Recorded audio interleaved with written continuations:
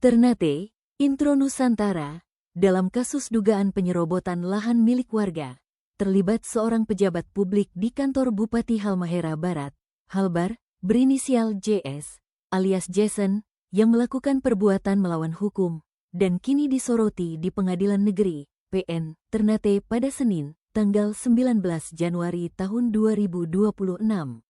Oleh karena itu, kasus dugaan tersebut, perbuatan melawan hukum ini, telah disidangkan di Pengadilan Negeri, PN, Ternate dengan nomor perkara 87, PDT, Y, 2025, PN, T.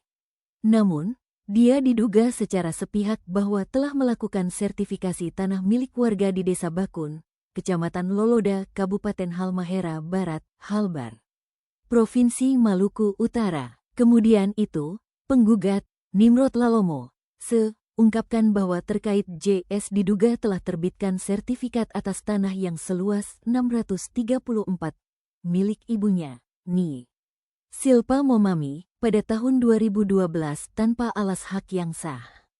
Setelah diketahui tanahnya yang disertifikatkan oleh JS, Ni Silpa Momami mengambil langkah memberikan kuasa kepada anaknya, Nimrod Lalomo, untuk melakukan gugatan ke pengadilan.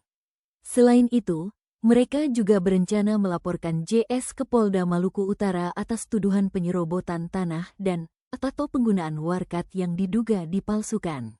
Fakta mengejutkan muncul dari Heres Lalomo, ayah kandung penggugat, yang menjabat sebagai Kepala Desa Bakun sejak 2006 sampai 2018 saat sertifikat tersebut diterbit.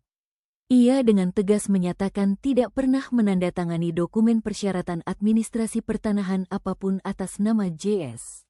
Saya tidak pernah mengeluarkan surat-surat apapun, seperti surat keterangan tanah, SKT, surat keterangan riwayat tanah, keterangan silsilah pemilik tanah, surat pernyataan tidak sengketa, atau surat pengantar dari RT RW, terkait penerbitan sertifikat nomor 27.02.10.1.00047 atas nama JS, tegas Heres Lalomo.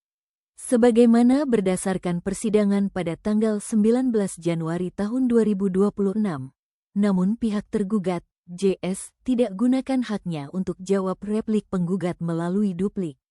JS justru hanya diajukan permohonan putusan sela kepada majelis hakim. Olehnya, tindakan ini yang dinilai berisiko secara hukum, jika duplik tidak diunggah ke sistem e-court Mahkamah Agung, kata Muhammad. Lebih lanjut, hakim dapat menganggap dalil penggugat benar dan melanjutkan perkara ke tahap pembuktian.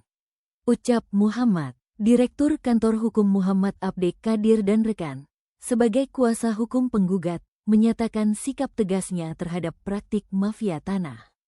Tak hanya itu, saya mendukung reformasi agraria yang dicanangkan Presiden Prabowo Subianto dan menolak kesewenang-wenangan aparat pemerintah terhadap tanah masyarakat.